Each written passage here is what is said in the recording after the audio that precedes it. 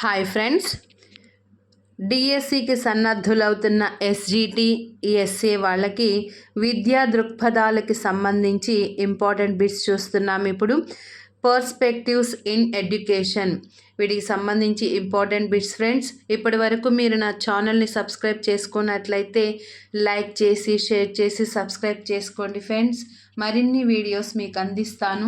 ఒకటో బిట్టు, ప్రపంచ మానవ చరిత్రలో విద్యాదానం చేసిన మొదటి దేశం భారతదేశం అని దేనిలో వివరించబడింది? మనుశ్లోకం. ప్రపంచ మానవ చరిత్రలో విద్యాదానం చేసిన మొదటి దేశం భారతదేశం అని దేనిలో వివరించబడింది? మనుశ్లోకం. 2. వేదకాలంలో ఏ ఉత్సవం ద్వారా బ్రహ్మచర్యం ముగుస్తుంది? సమవర్తనోత్సవం. వేదకాలంలో ఏ ఉత్సవం ద్వారా బ్రహ్మచర్యం ముగుస్తుంది? సమవర్తనోత్సవం. 3. బెల్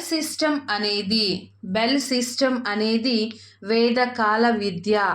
బెల్ అనే విద్యావేత్త మద్రాసులో మానిటోరియల్ పద్ధతిని ప్రవేశపెట్టాడు. అనగా మానిటోరియల్ అంటే సీనియర్ విద్యార్థులు జూనియర్ విద్యార్థులకు బోధించడాన్ని బెల్ సిస్టమ్ అంటారు. ఈ మానిటోరియల్ పద్ధతిని ప్రవేశపెట్టింది బెల్ అనే విద్యావేత్త మద్రాసులో ప్రవేశపెట్టారు. ఈ పద్ధతి అంటే సీనియర్ విద్యార్థులు జూనియర్ విద్యార్థులకు బోధించడం.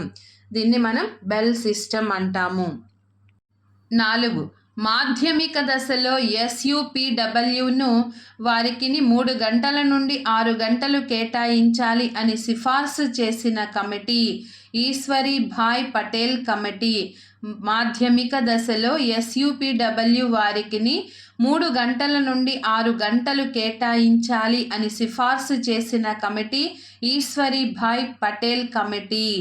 5. ఆచార్య రామమూర్తి కమిటీ సమీక్షించిన విద్యా విధానం 1986 జాతీయ విద్యా విధానం.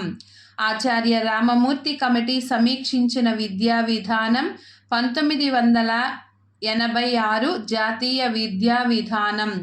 6. గోఖలే తీర్మానంలో ముఖ్యమైన అంశం ఉచిత నిర్బంధ ప్రాథమిక విద్య. గోఖలే తీర్మానంలో ముఖ్యమైన అంశం ఏది అంటే ఉచిత నిర్బంధ ప్రాథమిక విద్య. 7. 3Rs అనగా 3Rs అంటే చదవడం, రాయడం, లెక్కలు చేయడం. దీనిని 3Rs అంటారు. ప్రాథమిక విద్యలో ఈ 3Rs నేర్పించడం జరుగుతుంది. 3Rs అనగా చదవడం, రాయడం, లెక్కలు చేయడం. 8. వేద కాలంలో బోధన ఏ పద్ధతిలో ఉండేది? వాచిక పద్ధతి. వేద కాలంలో బోధన ఏ పద్ధతిలో ఉండేది? వాచిక పద్ధతి. 9. తొలి వేద కాలంలో విద్యను అభ్యసించిన స్త్రీలు గార్గి, మైత్రేయ. తొలి వేద కాలంలో విద్యను అభ్యసించిన స్త్రీలు గార్గి, మైత్రేయ. తొలివేద కాలంలోనే స్త్రీలు విద్యను అభ్యసించేవారు. మలివేద కాలంలో స్త్రీకి విద్యను అభ్యసించే అవకాశమే లేదు. 10. బౌద్ధుల కాలంలో విద్యాభ్యాస కార్యక్రమం పబ్బజ్జ లేదా ప్రభాజ్య ప్రతిజ్ఞ అనే ఉత్సవంతో ప్రారంభం అవుతుంది.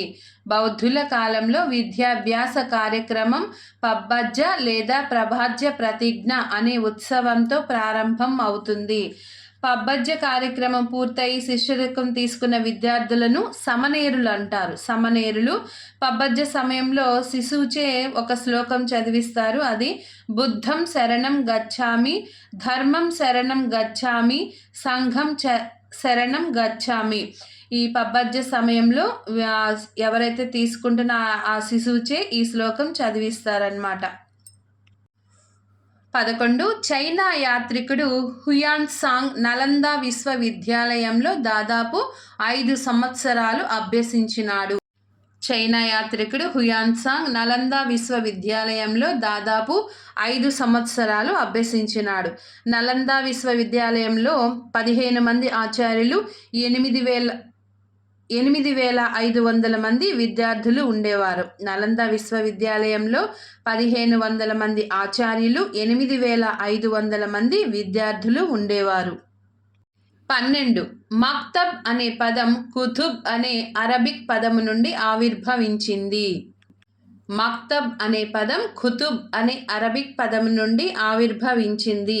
పారసీక భాషలో కుతుబ్ అనగా రాయడం నేర్పే స్థలం లేదా ప్రదేశం అని అర్థం వస్తుంది. 13. ఎస్ ముఖర్జీ ప్రకారం భారతదేశంలో ఆధునిక విద్యా విధానానికి ఆద్యులు పోర్చుగీసు వారు. ఎస్ ముఖర్జీ ప్రకారం భారతదేశంలో ఆధునిక విద్యా విధానానికి ఆద్యులు పోర్చుగీసు వారు. భారతదేశంలో విద్యా వ్యాప్తికి కృషి చేసిన మొట్టమొదటి క్రైస్తవ మత బోధకుడు సెయింట్ ఫ్రాన్సిస్ జేవియర్. ఈయన పోర్చుగీస్ దేశానికి చెందినవాడు. కాబట్టి ఎస్ ముఖర్జీ ప్రకారం భారతదేశంలో ఆధునిక విద్యా విధానానికి ఆద్యులు ఎవరంటే పోర్చుగీసు వారు. 14. 1939-44 ఈ కాలాన్ని దేశ విద్యా చరిత్రలో ఏమంటారు? చీకటి కాలం. 1939-44 కాలాన్ని దేశ విద్యా చరిత్రలో చీకటి కాలంగా పేర్కొంటారు. ఇది మనకి సార్జెంట్ నివేదిక ప్లాన్ 1944లో మనకి వివరించడం జరుగుతుంది. తర్వాత 15 CABEని విస్తరించగా central advisory board of education. CABEని విస్తరించగా central advisory board of education. 16 Kothari commission సూచన మేరకు మన దేశంలో మొట్టమొదటిసారిగా 1968లో జాతీయ విద్యా విధానమును రూపొందించారు. కొఠారి కమిషన్ సూచన మేరకు మన దేశంలో మొట్టమొదటిసారిగా 1968లో జాతీయ విద్యా విధానమును రూపొందించారు. 17 SUPWని విస్తరించగా సోషల్లీ యూస్ఫుల్ ప్రొడక్టివ్ వర్క్. SUPWని విస్తరించగా సోషల్లీ యూస్ఫుల్ ప్రొడక్టివ్ వర్క్. 18 భారతదేశంలో మొదటి ఉపాధ్యాయ శిక్షణ కళాశాలను ఎవరు స్థాపించారు? జిజన్ బాల్డ్.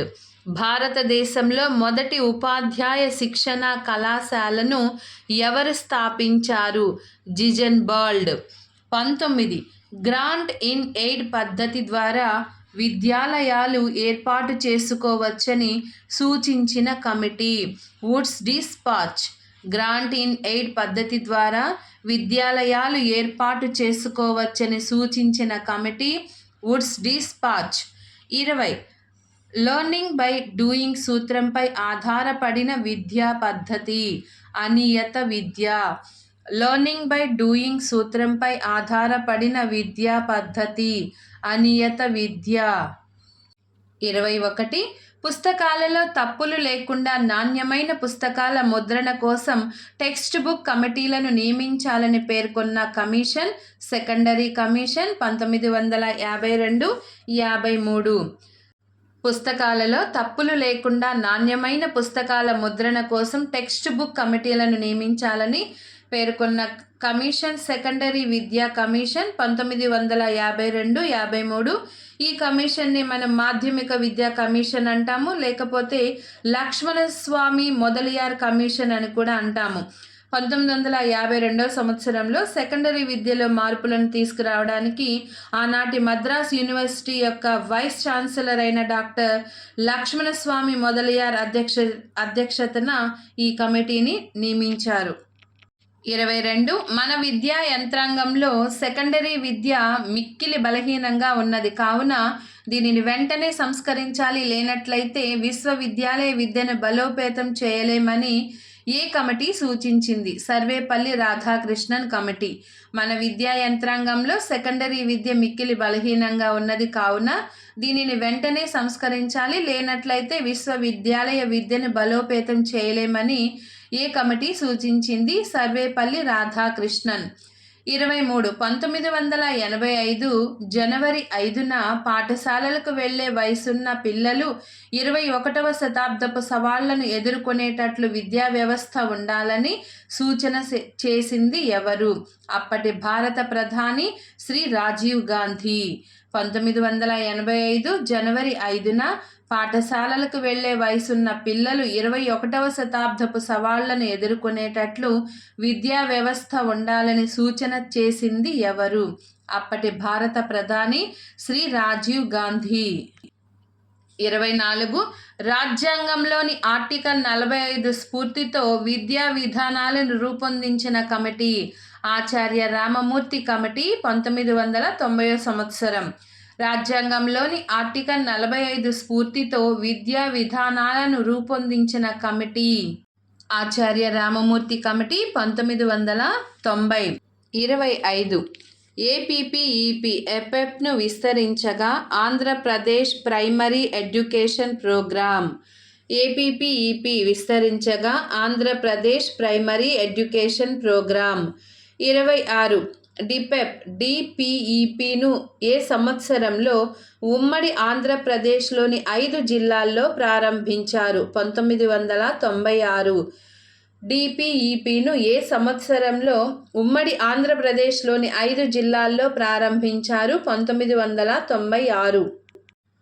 5 జిల్లాలు ఏంటంటే తెలంగాణలో వరంగల్, కరీంనగర్, కోస్తాలో నెల్లూరు, విజయనగరం, రాయలసీమలో కర్నూలు. ఈ 5 జిల్లాల్లో 1996లో ప్రారంభించారు. 27 సర్వశిక్ష అభియాన్ నినాదం అందరూ చదవాలి, అందరూ ఎదగాలి. సర్వశిక్ష అభియాన్ నినాదం అందరూ చదవాలి, అందరూ ఎదగాలి. సర్వం అంటే అందరూ అని అర్థం వస్తుంది. సర్వం అంటే అందరికీ అని, శిక్ష అంటే విద్య, అందరికీ విద్య అని వస్తుందన్నమాట. సర్వశిక్ష అభియాన్ అంటే అందరికీ విద్య. 28 భారతదేశంలో మొట్టమొదటిసారిగా మధ్యాహ్న భోజన పథకాన్ని ఎక్కడ ప్రారంభించారు? 1925లో తమిళనాడులోని మద్రాసు ప్రెసిడెన్సీ సిటీ కార్పొరేషన్ పాఠశాలలో. భారతదేశంలో మొట్టమొదటిసారిగా మధ్యాహ్న భోజన పథకాన్ని ఎక్కడ ప్రారంభించారు? 1925లో తమిళనాడులోని మద్రాసు ప్రెసిడెన్సీ సిటీ కార్పొరేషన్ పాఠశాలలో. 29 ఉమ్మడి ఆంధ్రప్రదేశ్లో మధ్యాహ్న భోజన పథకాన్ని ఎప్పుడు ప్రారంభించారు? 1982-83లో ప్రయోగాత్మకంగా అభ్యుదయ పాఠశాలల్లో. ఉమ్మడి ఆంధ్రప్రదేశ్లో మధ్యాహ్న భోజన పథకాన్ని ఎప్పుడు ప్రారంభించారు? 1982-83లో ప్రయోగాత్మకంగా అభ్యుదయ పాఠశాలల్లో. 30 ప్రాథమిక తరగతులలో గుణాత్మక బోధనకు 6 అభ్యసన సూత్రాలను ఇచ్చినది ఏపీపీఈపీ. ప్రాథమిక తరగతులలో గుణాత్మక బోధనకు 6 అభ్యసన సూత్రాలను ఇచ్చినది ఏపీపీఈపీ. ఆ సూత్రాలు ఒకసారి చూద్దాం. అభ్యసన కృత్యాలు కల్పించడం. 1 2 అనుభవాల ద్వారా అభ్యసన చేయడం. 3 వ్యక్తిగత, జట్టు, మొత్తం తరగతి పనిని అభివృద్ధి పరచడం. 4 వైయక్తిక భేదాలకు అవకాశం కల్పించడం. 5 స్థానిక పరిసరాలను, వనరులను వినియోగించుకోవడం. 6 పిల్లల పనిని ప్రదర్శించడం ద్వారా ఆకర్షణీయమైన తరగతి గదిని తయారు చేయడం.